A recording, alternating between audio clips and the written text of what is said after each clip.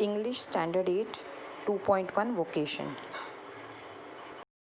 Yes, we are going to start with the second unit in English, and we'll start with the first poem, that is 2.1, that is vocation. Now vocation meaning of vocation is means of living, what we do to earn money. So before starting this poem, let us learn about the poet, that is the poet of this is Rabindranath Tagore. Now Rabindranath Tagore was born in 1861 and he died in 1941. He was born in Calcutta. So he was not only a writer, like poet, he was a writer, poet. He wrote stories, he wrote different poems. He was a painter, composer, like music. A lot of music he has composed. His this poem vocation is taken from his Nobel Prize winning book, that is Gitanjali. He got a Nobel Prize for it. So it is very beautiful, Gitanjali, and it was originally, this is written in Bengali and then it was translated. He was the first non-European to get a Nobel Prize for literature. He got a Nobel Prize for writing something. So he was the first person from India who got this Nobel Prize. And there are in Calcutta there is a lot of poems and stories which he has written, which the school going children learn and recite. So now this vocation, this is in this poem vocation, the poet sees the life around him with an eyes of a small child, like a small child, how a small child will look at different things which he sees every day. So in the same way, this poet or Rabindranath Tagore look at different things. So first, what a child, when he gets up in the morning, what does he hear, and throughout the day what different things he hears and sees, that is shown in this poem. So we'll read this poem. When the gong sounds 10 in the morning and I walk to school by our lane, every day I meet the hawker crying, bangles, crystal bangles. So the child goes to school at 10 in the morning. Gong means the school bell. Now we have bells, but earlier there used to be a big round dish and someone used to bang on that dish with another metal. So that is known as a gong, or the big bell which we have. So when the gong sounds 10 in the morning and I walk to school by our lane, so the child stays very near to the school in the next lane only. So when he starts walking, when he hears the gong, he starts walking from his home. And then who he meets in between? He meets a hawker.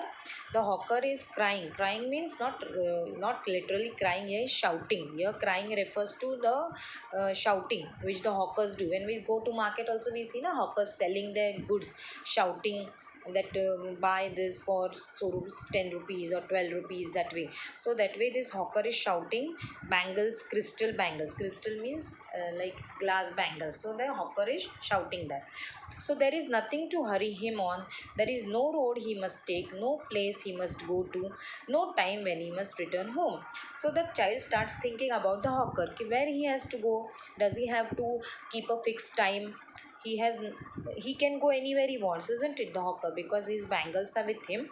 He has no scheduled time. He can go to one place, he can roam in that lane for a long time, then he can go to another place, and no one is going to scold him when he returns home late, because he doesn't have a fixed time.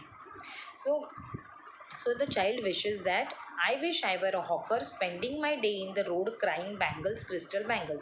So that is very fascinating. Fascinating means the child loves this. The idea that he can go anywhere he wants, he can come home at any time, because as children he has fixed time, isn't it? When he goes to school, he has fixed time to go to school. When he returns from school, he has fixed time. So for you also, when you come to school in regular days, you have fixed time to start from your house, and at home when you return also you have to go home at a particular time, otherwise your parents will say why you are late. So same way this child also, when he starts going to school and returns, he has fixed time. He cannot go without telling anyone where he is going, or he cannot just roam about on the road, but the hawker can do that. So the child wishes that he was a hawker, and so he can go anywhere he wants and he can do whatever he wants and return home late. So he said, when at 4 in the afternoon I come back from the school. So he says that I also would love that, to roam about on the roads and sell bangles. I can see through the gate that house the gardener digging. I can see through the gate that house the gardener digging the ground. So when he comes home, he can see the from the gate the gardener is digging in the ground. He does what he likes with his spade. He soils his clothes with dust. Nobody takes him to task. So the child takes that the gardener is also very lucky because he can play in the mud as much as he wants. He can spoil his clothes, and gardener his clothes will be spoiled because he's always in mud. Then he can use the spade to dig the mud. Spade is the apparatus which the gardeners use to dig out the mud. So he can use the dig the mud. He can soil his hands get dirty, his clothes get dirty. But does anyone scold the gardener? No. Why? Because that is his job, isn't it?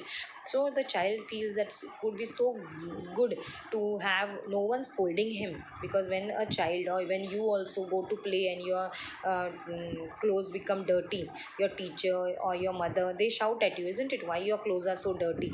But does anyone shout at the gardener? No. Why? Because it is his job. So the child feels that he were also the gardener, would nobody would stop him from digging the mud, and nobody would scold him when he came with dirty clothes. Nobody to stop me from digging. Just as it gets dark in the evening and my mother sends to bed. And what happens when it gets dark? His mother sends him to bed. Now here there is one phrase, takes him to task. So taking him to task means scolding. Okay, so here it must be given, takes someone to task, to scold and correct. So when you do something which is not to be done by children, the mother or teacher takes you to task and tells you not to do this. So next, now I can see through my open window the watchman walking up and down. The lane is dark and lonely, and the street lamp stands like a giant with one red eye in its head.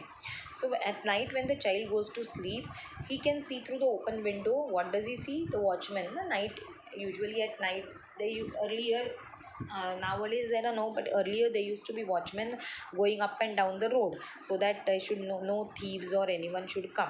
So the child sees this watchman walking up his lane. Lane means you can say gully in Hindi.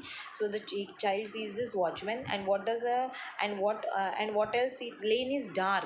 It is night. That's why it is dark, lonely. No one goes out at night, so it is lonely. And the street light which you have, light, big lamp with a big pillar, and the lamp show he feels, the child feels that the lamp is a big giant, and it has a red eye. The light which is light which the lamp has is little bit yellowish red in color. So the child feels that it is a big giant with a red eye. The watchman swings his lantern and walks with his shadow at his side, and never once goes to bed in his life. So that earlier the watchman used to have a lantern because the lights were very dim and very far off. So the watchman has to go everywhere, so he used to have a lantern or kandil in his hand. So the child sees this watchman, he swings his lantern. When he's walking, his lantern also swings or moves. And his shadow falls here, you can see here. So when he has a lantern, his shadow falls with him and the at his side. And the boy feels that, the child feels that, see, now we all sleep at night, but the watchman does not sleep it at night. And the child, because he is small, he feels that the watchman does not sleep in day also. So he thinks the watchman does not sleep at all. So he feels it very nice that, like, no one is going to force the watchman to go to sleep. Now for children we always tell them, na, it is night, 9 o'clock, 10 o'clock, now you go to bed, you sleep. But no one is there to tell the watchman to go to sleep. So the child feels, it's so nice that no one is going to tell the watchman to go to sleep.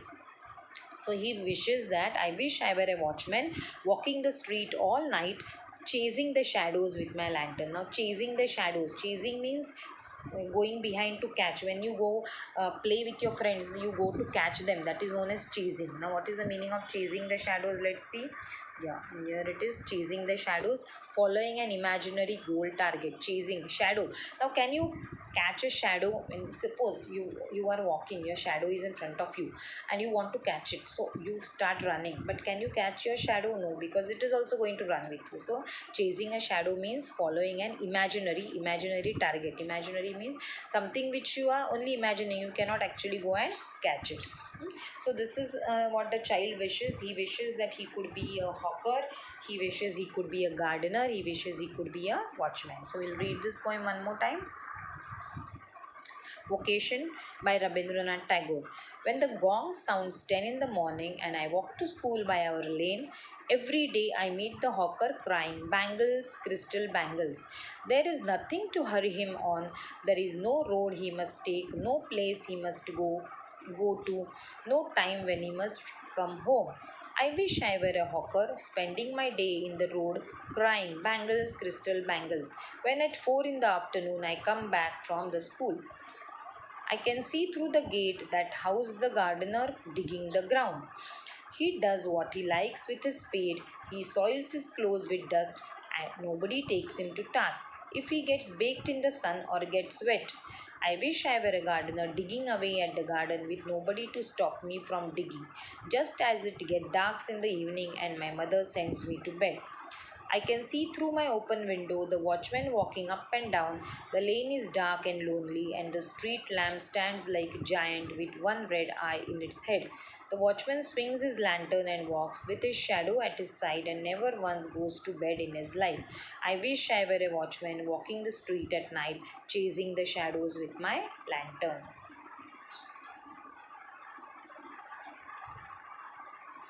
So I hope you have understood this poem.